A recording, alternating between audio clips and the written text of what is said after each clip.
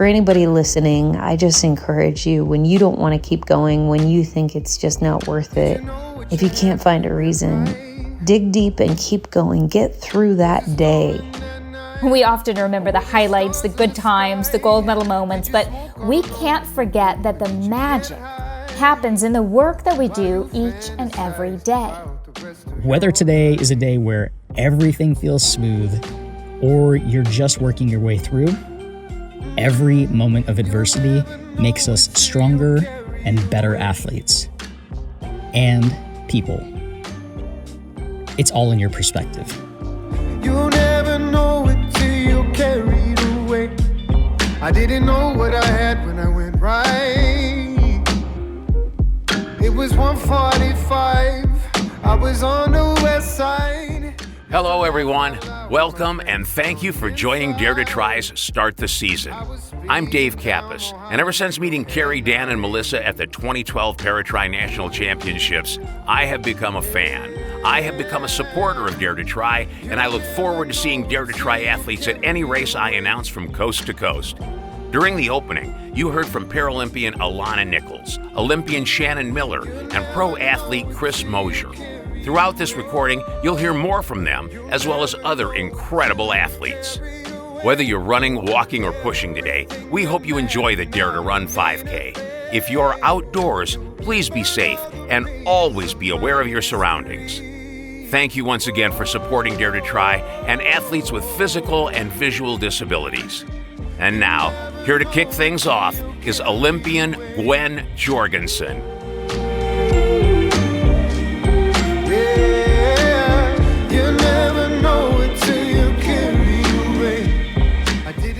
Hello, I am Gwen Jorgensen, 2016 Rio Olympic champion, and I am currently trying to qualify for the Olympics in track and field. I am also a mother. I would like to tell you about a time when I wanted to give up, but I'm so thankful that I didn't. A couple weeks ago, I raced a 10K. It was on the track and I had the best fitness I felt coming into that race that I've ever been. Training had been going great, I was super confident, and I was so excited to get an opportunity to race. When the race started, I felt awful. My body felt heavy. Oh, it was just a struggle to get through every lap. I thought, oh, what is happening? I thought I was fit, and all these thoughts were going through my mind. And when I have negative thoughts, I like to acknowledge them, because negative thoughts aren't bad. We all are going to have them, and it's better to just accept them. So I said, you may feel tired, you may feel like this is hard, but Gwen, you are doing this. You're in the moment, and you are going to do this. Let's do this. Let's focus on keeping the shoulders relaxed. Quick cadence, feet down, down, down.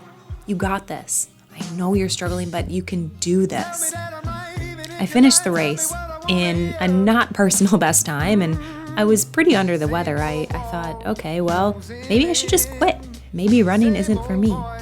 Maybe all the critics were right. Maybe I should have stayed in triathlon and I wouldn't enjoy it, but you know, I'm not any good at this. I gave myself some time to absorb my thinking, to absorb the negative, the everything that was happening, the sadness. I was basically devastated. I had worked so hard. I felt like my fitness was there, the training was going well, but my race didn't show it. Why? I talked to my coach and I talked to my husband and those in my inner circle, and we decided, I love what I'm doing and I love this, and we don't have to make these big changes to see these big improvements. It was an off race. We signed up for a race a week and a half later. I started the race, and I'm not gonna lie, I was a little hesitant. I wasn't super confident because of the last race, obviously. So, I went in thinking, I know I'm fit and I'm excited to race and I want another opportunity, but what if the same thing happens? That's when I came back to my positive self-thought. And I said, Gwen, I know you're thinking about what happened last time, but focus on the now. All you can do is be in the moment. The race started, and I surprised myself by feeling good the first lap. A couple laps later, it started to get difficult, and I said, Gwen, you can do this. Let's focus on your cadence. Count your steps for one entire lap. Counting steps distracts me. 1, 2, 3, 4. Oh my, two laps already went by. All right, stay in the race. What's happening? Okay, there's a move being made. Let's go. You got this. Keep the shoulders relaxed. Quick feet down. I ended up finishing that 5K race with a PR. I could have quit after the 10K. I could have listened to the people who were critics and said that I should have just given up, but I didn't. There are times when every athlete, even Olympic champions, world champions, want to quit. Times when we don't think we're good enough. Times where we struggle. It always hurts. As racing, we train as much as we can to be prepared on race day, but no matter what, you're going to be pushing yourself to your limit, and that's going to be hard.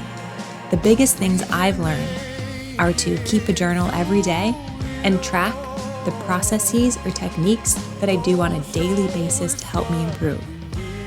For instance, I write down 3 things I could improve upon and 3 things that I did well every day. A lot of times that has to do with either my technique or in my recovery. So I'm getting 9 hours of sleep every night. I'm going to bed before 9 p.m.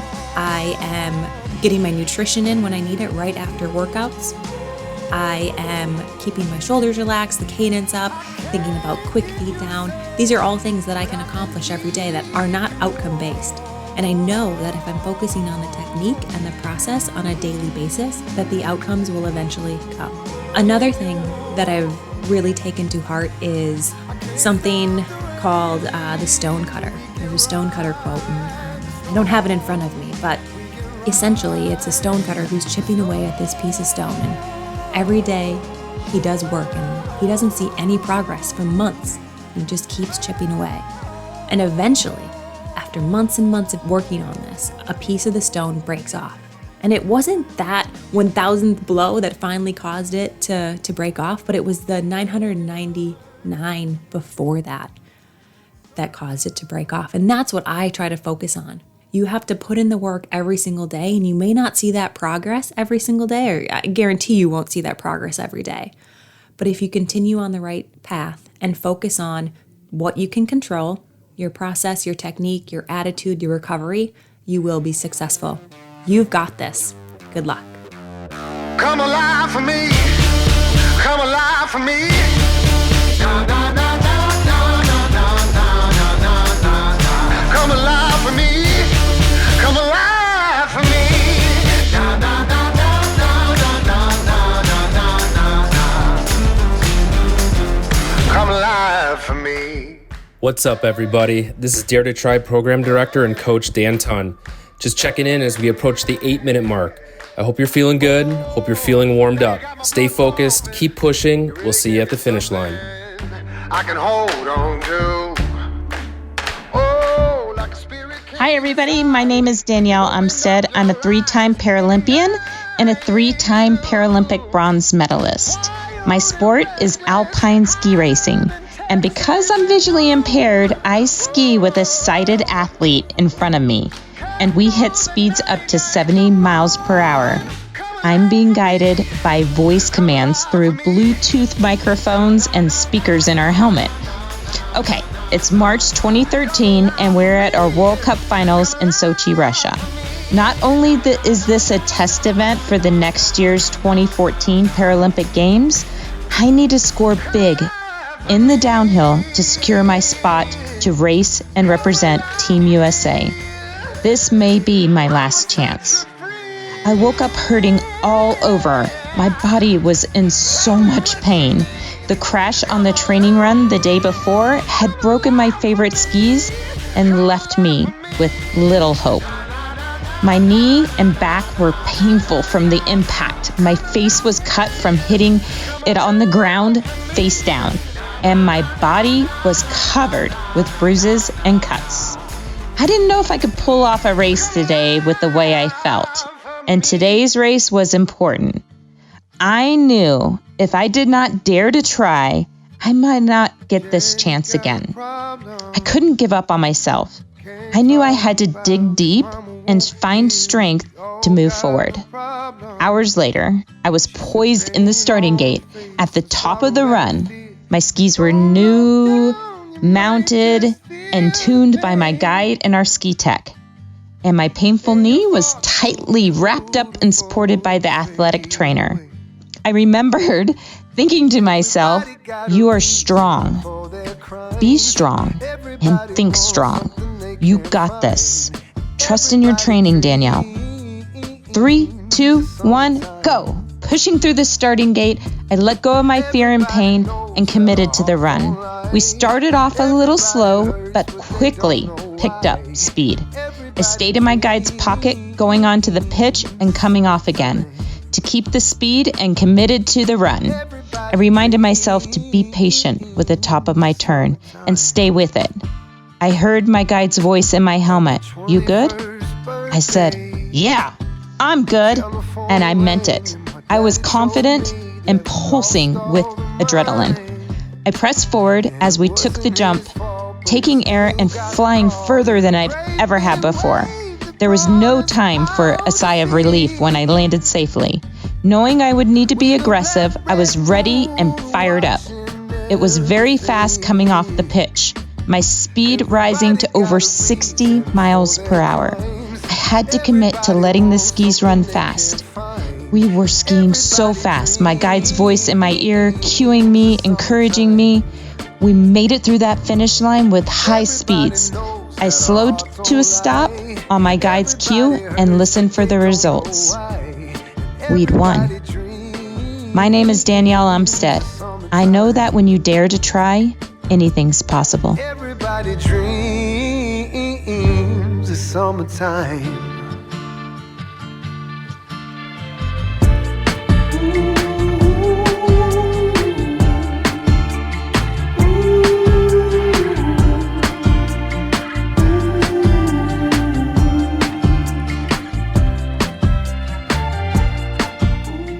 Hi, my name is Chris Mosier. I'm a 6-time member of Team USA in duathlon and triathlon, an All-American duathlete, 2-time national champion, and Olympic trials competitor. One thing I think about often that helps me in training is adversity. I think it goes hand in hand with my daily experience as a transgender person. I was raised and socialized as female. I grew up playing girls' and women's sports. And after a long journey of understanding, accepting, and owning my identity as a trans man, in 2010, I started a medical transition and transitioned categories to the men's category in sports. I felt like I was accustomed to facing adversity. Aside from the discrimination and harassment I faced on a near daily basis in one of the most liberal places in the country, I was in New York City at the time, I also felt like I was a huge underdog in sport. It seemed like no one thought I would be successful in sport no matter how hard I trained. So I used that adversity as fuel. In the final miles of my first Ironman race, I was suffering. I had been pretty well trained, but in the last 6 miles, the wheels fell off. I hit the wall, I blasted through the wall, I felt like garbage. And in the distance, I could hear Mike Riley calling out competitors' names as they crossed the finish line.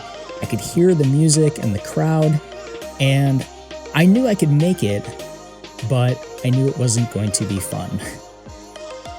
And so what I thought about in those final miles was all of the training that brought me to that point.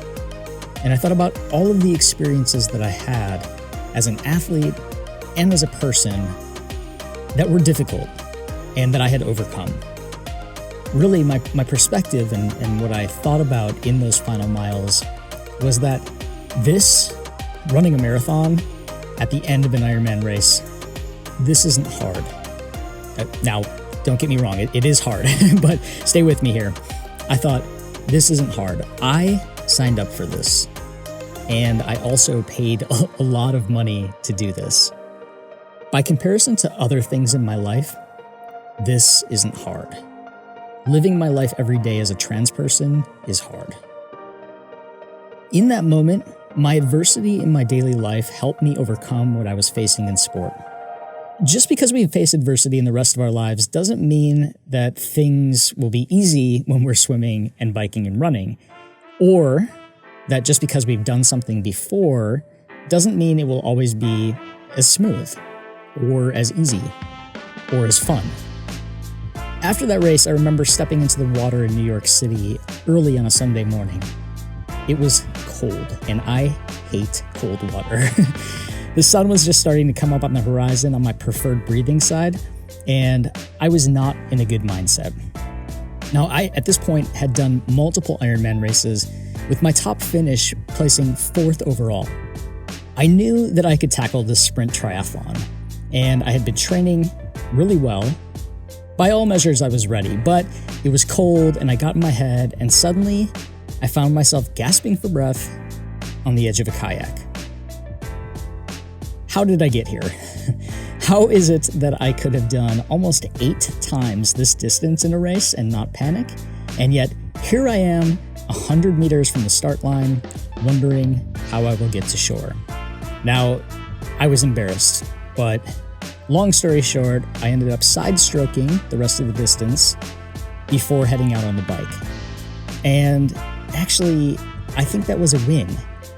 I could have very easily left defeated and called it a day, but adversity is part of sport, just as it is a part of life. And without the days that are really hard, without moments like this in a race that, quite frankly, suck, without that, I think the joyful moments would be less joyful. I know that I feel the most like myself when I'm training and competing and participating in sports. Since I was a little kid, this has always been a way for me to feel connected to other people, but also it's been a way for me to control the adversity that I'm facing and my responses to it when I can't always control the adversity and challenges I face in the rest of my life. I learned very early on as a gender nonconforming kid and as a trans person as an adult that I cannot control what other people think about me or say about me or do to me. I can only control my reaction and my response.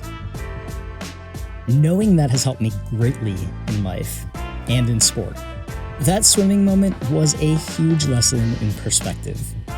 That very real panic and fear could have been the last swim that I ever did. But it pushed me to rethink how I framed up the situation.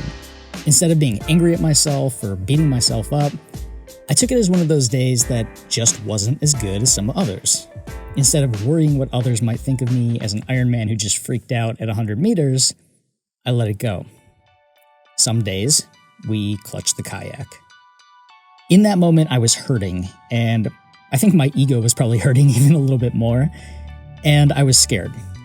And I was not in true danger. I knew that I could make it to shore. I just didn't know how. I just didn't believe in myself in that moment, and I let the negative thoughts creep in. That moment of adversity was just another in my story. It was just another thing to overcome. And I'm telling you this story, and I did overcome it. I think about what a blessing it is to be able to challenge myself in that way. What a blessing it is for all of us as athletes to challenge ourselves. And that's what I love about sports. Even on the days that aren't as fun, it's still joyful. I can still find the fun and the lessons in the bigger picture. So whether today is a day where everything feels smooth or you're just working your way through, every moment of adversity makes us stronger and better athletes and people. It's all in your perspective. When you're done with this session, hit me up on Instagram at @thechrismosier. I'd love to hear how your workout went and what you're training for. Have a great workout, and thanks for your support of Dare2Tri.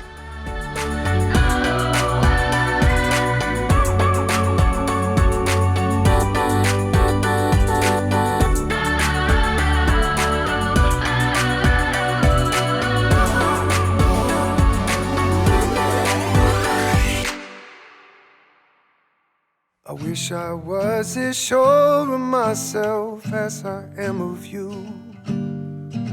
When it comes to Hello, my name is Alana Nichols. I am a 3-time Paralympic gold medalist in wheelchair basketball and alpine skiing. My story of perseverance happened in 2009 when training for the 2010 Winter Paralympic Games for alpine skiing. I learned that my brother had unexpectedly passed away. At this point in my life, he was one of my biggest fans. He was a champion of everything I did. He just loved what I did and supported me since I was so young and just really was just a fan of mine, and also my brother, and he meant the world to me. So as you can imagine, I didn't want to keep going. I just didn't really feel like I had a reason. My heart was broken, and really my drive had just left me. I didn't care anymore. And I wanted to stop, but every time I did think about that, I knew in my heart that my brother wanted me to keep going. And as much as I just despised skiing and anything that had to do with skiing, because my brother had passed away, like nothing mattered to me, I knew I had to keep going. And so as I was training for the upcoming 2010 games, I was at Mount Hood, Oregon in the summer. So it was in July, and my brother had just passed away in June. So you could imagine I was in the thick of grieving. And I mean, every morning I would wake up and get my gear on, and I would already have tears in my eyes before I even got to the mountain. And then when it came time to ski, I just couldn't focus, and I was crying into my goggles. My goggles were fogging up. It was just a disaster, and almost every run I ended up crashing. And I just had to keep getting back up every single time. And I got back on the lift, and I took some deep breaths, and I just knew that my brother was with me, that he was encouraging me, that he saw my brokenheartedness, and he embraced me in those moments. And so I pushed through, and those days were not pretty. Those days were not progressive. I didn't make a lot of progress at all, but I did make it through that time. And when I got to the Paralympics in 2010, my heart was healing. My brother was still very present in my life, but I was able to focus more on skiing than I had in the training days. And as a rookie on the team in 2010, I didn't have anything to lose. And I also had just lost my brother, so there was a feeling of kind of freedom in it all. There was no pressure on me. And the first race that I skied was the giant slalom. And when I was up by 1 second after the first run, I knew that I was looking at a gold medal straight in the face. As I prepared to push out the start gate, I started crying uncontrollably again, because my grief, it just had a way of showing up at the most inopportune times. And when I went to push out the gate, I couldn't do anything but just pray to my brother and ask him to help me.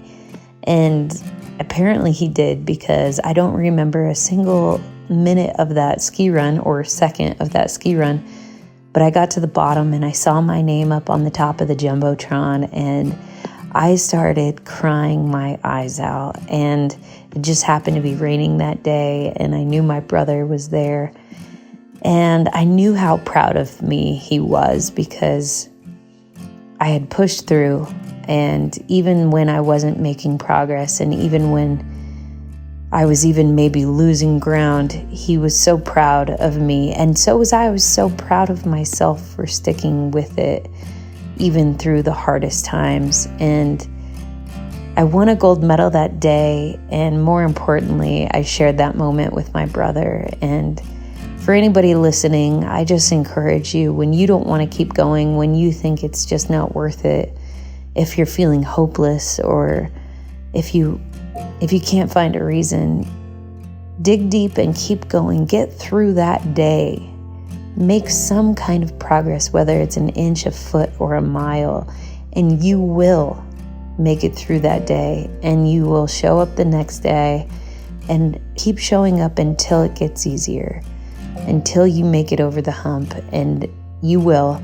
And then amazing things will happen. And you, of all people, will be so proud that you got through that hard time. Also, strength is forged in the fire. There's no way to know your own strength unless you experience yourself getting through something as hard as losing a sibling or as hard as your hardest training day. So stay strong, push through, and make yourself proud.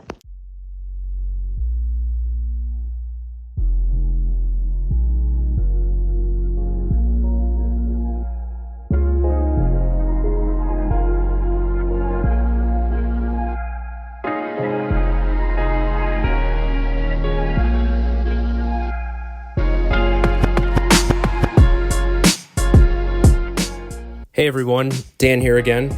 We're just over 25 minutes in. Clap it up. Maybe you finished already, maybe you're closing in, maybe you're halfway there. Wherever you are on this journey, give yourself some props and keep enjoying what you're doing. Next up, you're going to hear from Paralympian John Register. Enjoy.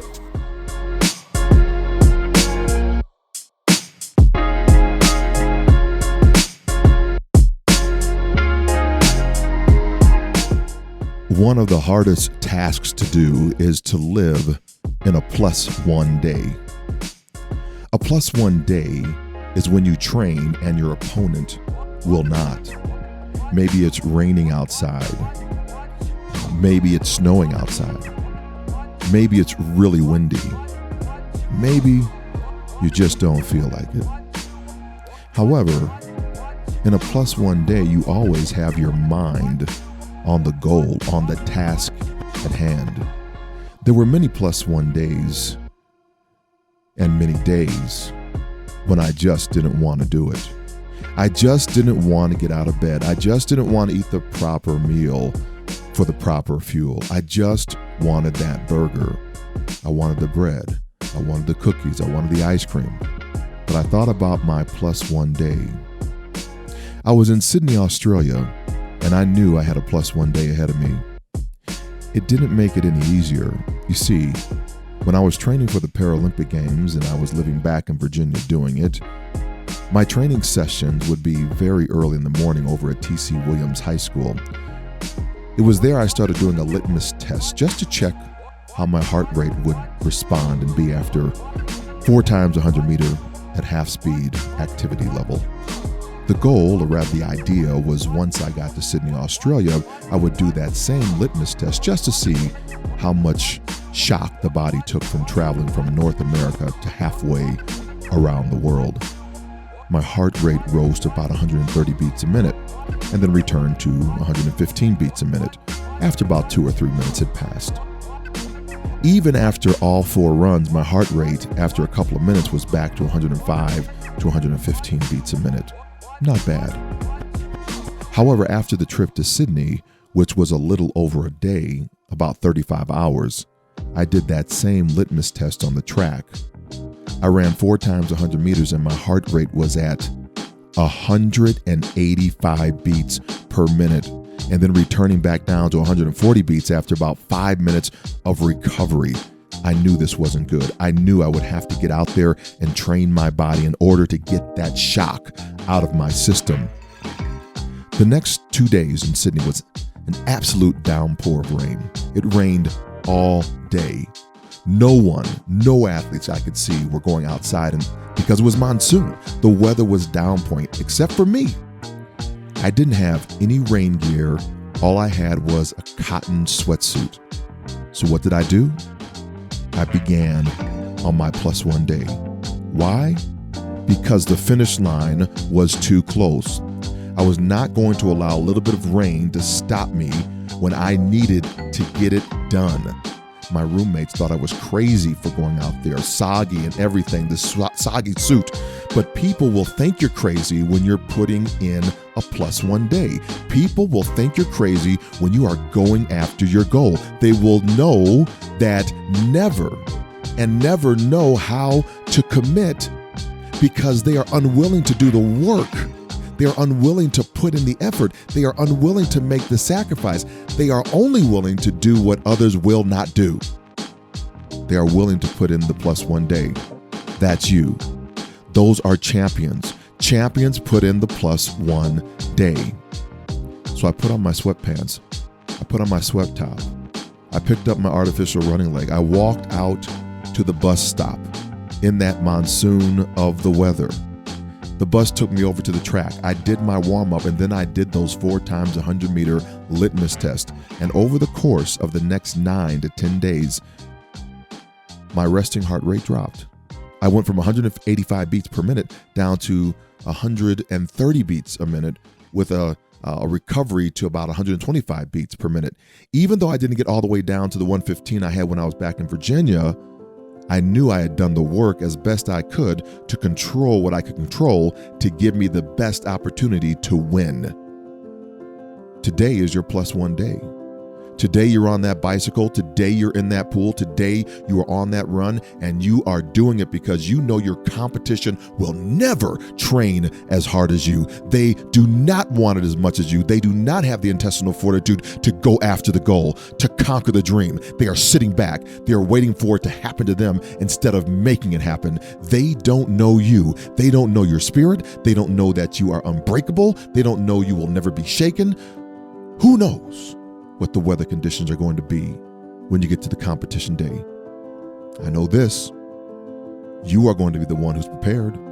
You are going to be the one who's ready because you're putting in this day. It doesn't matter how much the muscles are hurting, how lack of oxygen you feel right now. No, it is your mind that is going to push you over the top.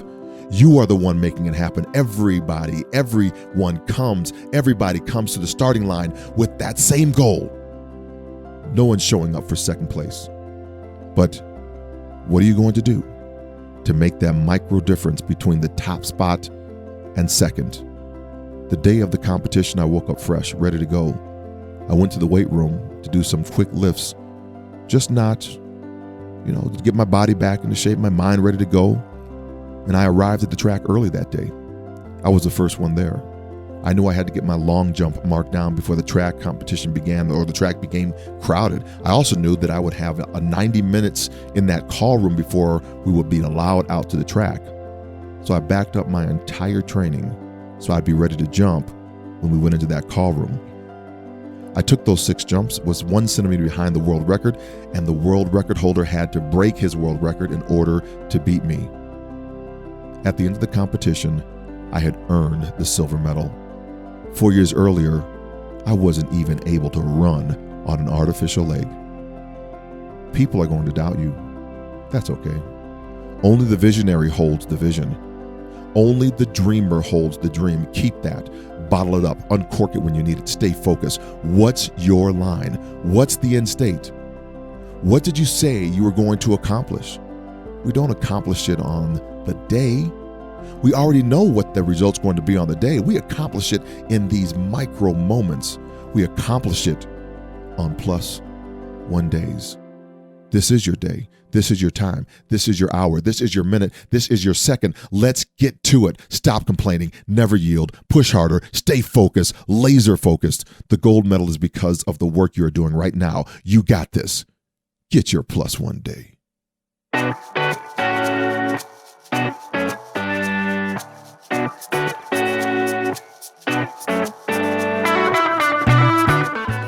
Hi everyone, it's Tatyana McFadden, 17-time Paralympic medalist and a 23-time major marathoner. I have been competing in the Paralympics since I was about 15 years old. 2004 was my very first games.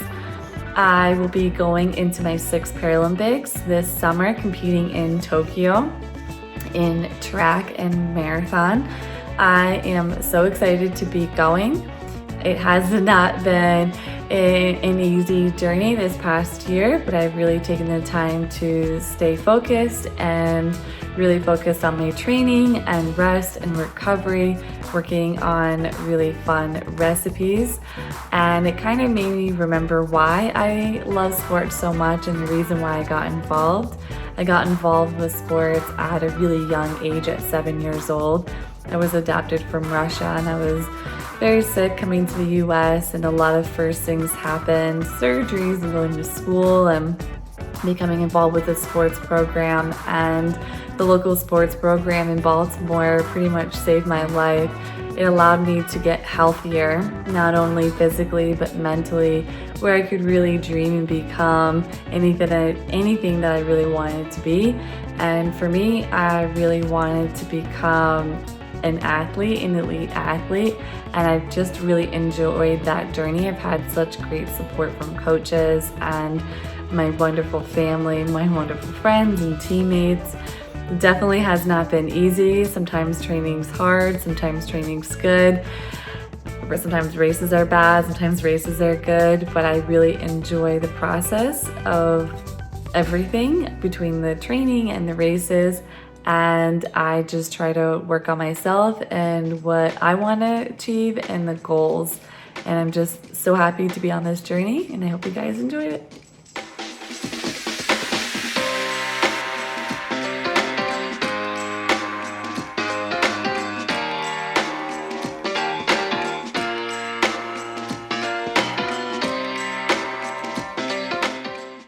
Hey, this is Jackie Joyner-Kersee, Olympic champion in the heptathlon and long jump. I have a total of 6 Olympic medals. But before I was able to win all the gold medals, I had to learn what it would take to become one of the best in the world. Being an athlete, sometimes we don't understand why we get injured. And so as I trained for the 1984 Olympic Games, I go into the Olympic trials. I set the national record in the heptathlon. Now all of a sudden they're picking me to win the gold medal in the summer games. I go into those summer games. 2 weeks prior to the beginning of the games, I injured my left hamstring. But my coaches, my physical therapist, everyone is saying, you're going to be okay. But every time I looked down at my left hamstring, I could see that it was black and blue. And so the beginning of the heptathlon, my physio put an ace bandage around my leg. So with that ace bandage being around my leg, that said to me that something must be wrong. And I had that attitude going into my first event. Because my leg was heavily bandaged, in my mind, I believed that my leg wasn't strong enough. And I performed as if that leg wasn't ready to compete. Little did I know, the leg was ready. I just wasn't mentally tough. And so for the 2-day heptathlon event, I doubted myself. I was supposed to eat in between the events. I was supposed to replenish my fluids. All I could focus on was my leg being heavily bandaged, and that means something must be wrong. I didn't go to the start line thinking like a champion. And to me, thinking like a champion means pulling every muscle in my body to get the job done. And so at the end of the 2-day competition, I ended up winning the silver medal. And for most, they would be satisfied. But in my heart, I knew that I could become an Olympic champion. And if I was to ever become an Olympic champion, that I had to be the toughest athlete out there mentally. Because physically, I had the ability to do it, but I didn't believe in myself. And because I didn't believe in myself, I performed like I didn't train. I didn't train to be second best, but on that day, I came away with a silver medal because I didn't possess the total package, the mental toughness and the physical toughness, pulling those combinations together to become an Olympic champion. And what I learned from that is that I would never, ever doubt myself. As long as I believe, I could turn a doubter into a believer. But it starts with me. I can have all the support in the world, and I love that support. But it starts with me and allowing that support to help me. So again, I just want to say to everyone out there, dig deep when the odds are against you. If you believe that just a little glimmer of hope, you can supersede whatever that negativity may be. But always believe in yourself first and allow your support to get you over that hump. All the best from Jackie Joyner-Kersee, Olympic champion.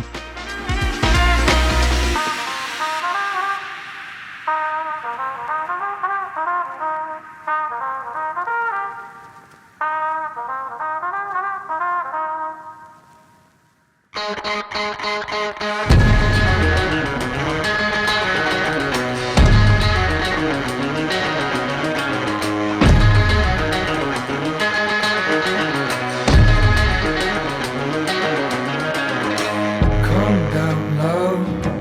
the ground, let the mother breathe you down. 40 minutes up, 40 minutes down. Let's keep it going, everyone. Next, we have my good friend and Dare2Tri co-founder, Melissa Stockwell. Your arms, find your heart. Does it know what you'll do?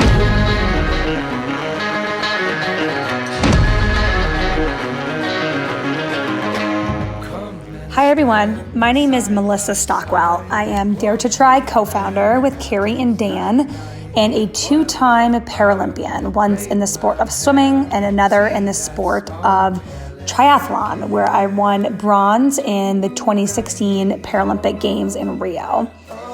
So I'm going to tell you about a race that happened in 2019. So I'm currently hoping to race in Tokyo later this year at the Paralympic Games, and leading into Tokyo, in order to qualify, you have to go to various races, do well to get a certain number of points that add up to a world ranking. They take your top 3 races, and those races add up to where you are in the world. So it's been difficult for me to get into races because I'm currently the 3rd best American, and they typically only take 2 from each country. But there was a race in 2019 that I got into. It was right outside Barcelona, Spain. And I'd been away from my family for over a week. And it was gonna be almost 2 weeks by the time this race was done.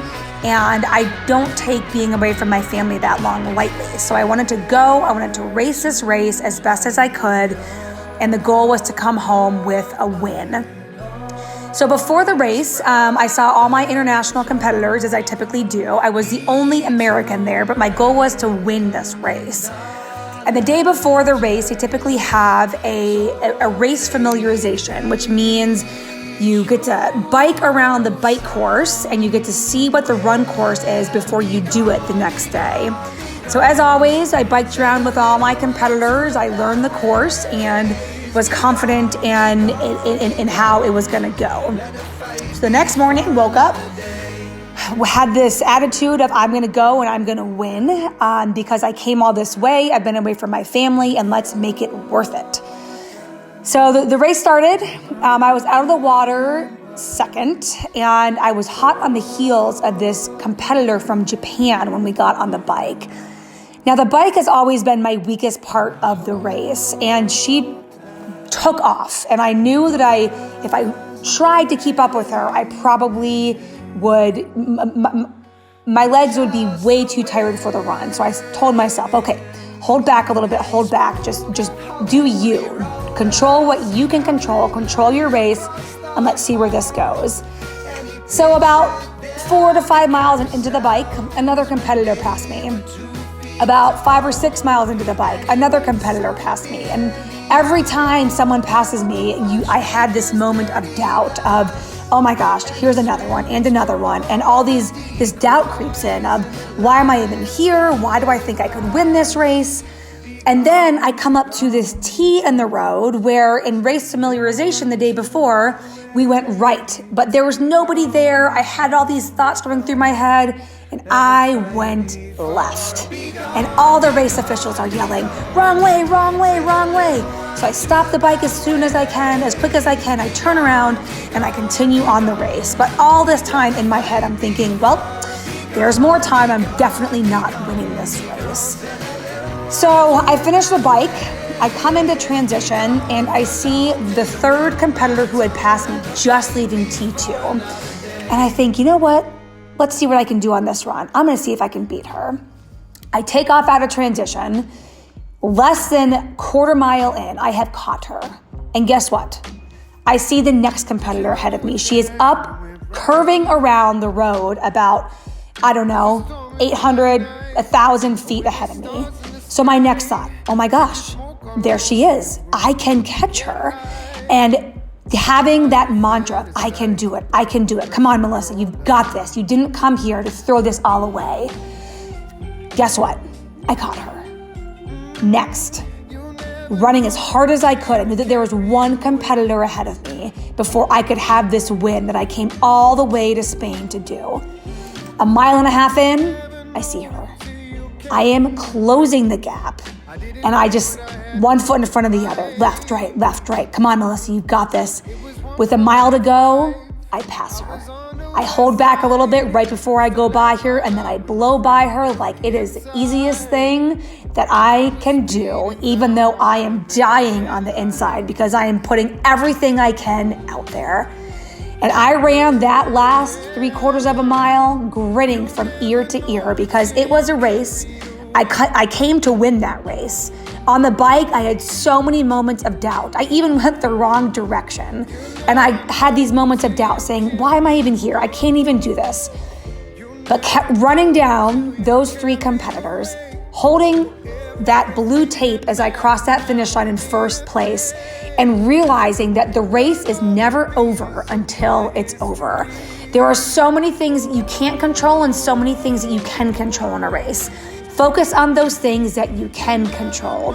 The positive attitude, the positive outlook, your mantra, whatever that may be, putting one foot in front of the other.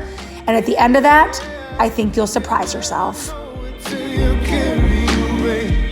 I didn't know what we had till it went wrong. Too little, too late. Now I'm one big cliche, writing songs all alone in my room. Hi, I'm Shannon Miller. I'm an Olympic gymnast with 2 gold, 2 silver, and 3 bronze Olympic medals. I'm also a cancer survivor. My Olympic journey was an incredible experience, and while most people remember me for those gold medal moments, my career was a lot more about the struggles and the challenges along the way. Injuries are often the most difficult for an athlete. No one wants to sit on the sidelines watching others train and improve. One of my most difficult injuries happened just 10 weeks prior to my first Olympic trials in 1992. During training one evening, I missed my timing on a skill, landing on my arm, breaking and dislocating my left elbow. It's a time in my life I look to often when I hit a rough patch or face a big challenge. Not because of the injury, but because of what I learned about getting back up. After surgery, I was leaving the hospital with my parents the next morning when my coach met me at the door. He could have said a lot of things. I'm so sorry. The timing's just not right. Or these things happen. He didn't have to show up at all. Instead, he looked me in the eye and he said, okay, we've got some work to do. I'll see you in the gym tomorrow. Of course, we both knew it wasn't going to be easy and that it was not a given that I'd make it back in time to even try to make the Olympic team. But when I saw he believed in me, it allowed me to believe in myself. I stopped thinking about what had happened and started focusing on what I could do now. That summer, I qualified for the 1992 Olympic team and brought home 5 Olympic medals for my country. When I hit a challenge or face a difficult issue, I don't think about the medals. I think about the support I received and the work that went into it. We often remember the highlights, the good times, the gold medal moments, but we can't forget that the magic happens in the work that we do each and every day. It happens in the research and the emails and the paperwork and the boring things, the push-ups and sit-ups and leg lifts. That's where the magic happens. 4 years later, I came back as part of Team USA during the 1996 Olympics, and that lesson had become ingrained in everything I did. Do the work, and you can be confident in the outcome no matter what ultimately happens. The win, it's not the medal. The win is knowing you gave it 100% every time out. Years later, the lessons I learned through sport, like goal setting, teamwork, positive attitude, resiliency, would all come flooding back during my battle with ovarian cancer. Teamwork made sense to me in sport, but when I retired at the ripe old age of 19, I think I didn't realize how important it was to apply that to real life. That all changed in January of 2011 with the words, "It's cancer." A couple of months earlier, my doctor had found a baseball-sized cyst on my left ovary, and after weeks of tests and scans trying to figure out what was going on, I woke up from surgery to find out I had a rare form of ovarian cancer. They had caught it early, but I would need to go through an aggressive chemotherapy regimen. And I think at that point there was a shift in my mentality. I went from this complete loss of control, having no idea what was going on, no idea what I could do, to reverting back to that competitive mentality I had learned through sport. We now had a plan. And while I didn't know exactly where I would end up, I felt like I could wake up and take control of something each day. Leading up to chemotherapy, I couldn't do much physically after surgery, so I focused on my mindset, and I thought I was doing a pretty good job. I knew how important a positive mental attitude was to sport. It had to be to life and health. And I was giving myself these pep talks. You can do this. You were an Olympic gold medalist. You used to train over 40 hours a week. You can do this. And then the first week of chemo happened. And I learned that it was going to be the hardest thing I ever had to do. The first week, I couldn't keep down food or water. I was put in the hospital, hooked up to IVs. I went through I don't know how many nausea medications. Not one of them even fazed me. And I just remember that evening, my husband had taken our 14-month-old son home to put him to bed. And it was just me lying in that quiet, dark room. The only sound, the soft beeping of the machines in the background. And I just remember thinking, I don't think I can do this. I don't know how to do this. And at that lowest moment, a nurse walked in. And I can't tell you what she did or said. I just remember that moment because it was as if that word team came flooding back. Very different team this time around, a lot more medical staff, but not just the medical. It was friends, family, neighbors, people willing to pitch in and help out at every turn. What I had to remember was that not only did I have this great team surrounding me, collaborating for my success, but that I was a part of that team. I needed to hold up my end as well. And you never know when one word or one act in even the smallest of moments may give someone hope. You give someone the strength to carry on. No matter what our challenge, we have to find our team. Find those who are invested in your success, those who you can lean on in times of need, those that inspire you to do and be your very best. When I look back to my competitive career, I'm thankful for the lessons learned and how they have continued to help me through life's challenges, big and small. I try to always remember that it's the challenges, the falls, mistakes, and failures that ultimately become part of our success. And I'm a big believer that success goes to those that simply refuse to give up.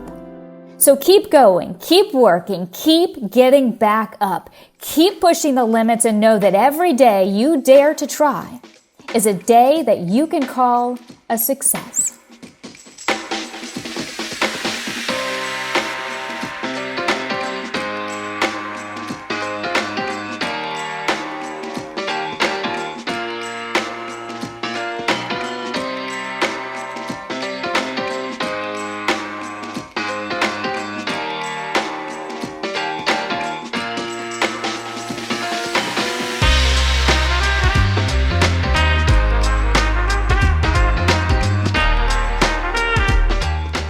Congratulations, everyone. Well done. You have made it to the finish line of the Dare2Run 5K.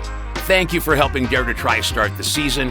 In doing so, you've made a tremendous impact. Your support is truly invaluable. Way to go.